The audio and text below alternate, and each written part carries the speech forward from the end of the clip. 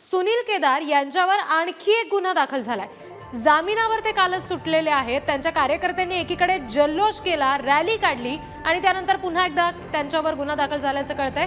जी rally काढण्यात आली सुनील केदार यांची सुटका झाली म्हणून ती विनापरवानगी होती, गर्दी जमवली गेली असा आरोप त्यांच्यावर ठेवला गेलाय आणि केदारांसह त्यांच्या समर्थकांवर सुद्धा गुन्हा दाखल करण्यात आलाय।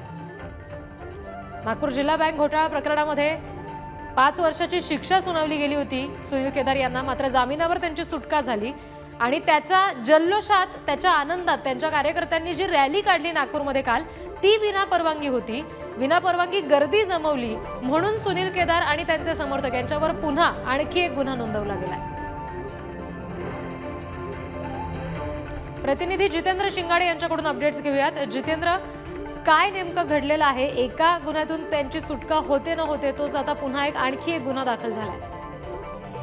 रिद्धी, आपण पाहिलेलं आहे की सुनील केदार यांनी काल तुरुंगापासून ते संविधान चौकापर्यंत रॅली काढलेली होती। त्यांचे समर्थक मोठ्या प्रमाणात या रॅलीमध्ये सहभागी झाले होते। ओपन जिप्सीमधून हात उंचावत शक्ती प्रदर्शन करीत सुनील केदार यांनी ही रॅली काढलेली होती तुरुंगातून बाहेर पडताच। मात्र पोलिसांनी या रॅलीला कुठलीही परवानगी दिलेली नव्हती, बिना परवानगी ही रॅली काढण्यात आलेली होती। त्यामुळे पोलिसांनी रात्री उशिरा धंतोली पोलीस स्टेशनमध्ये केदार आणि त्यांच्यासह इतर समर्थकांवर गुन्हे दाखल केलेले आहेत की विनापरवानगी रॅली काढणे, वाहतुकीस अडथळा निर्माण करणे, मोटार वाहन कायद्याच्या नियमांचं पालन न करणे अशा विविध कलमांखाली हे गुन्हे दाखल करण्यात आलेले आहेत। त्यामुळे एकीकडे केदार जामिनावर बाहेर पडताच पुन्हा त्यांच्यावर दुसरे गुन्हे दाखल झालेले आहेत।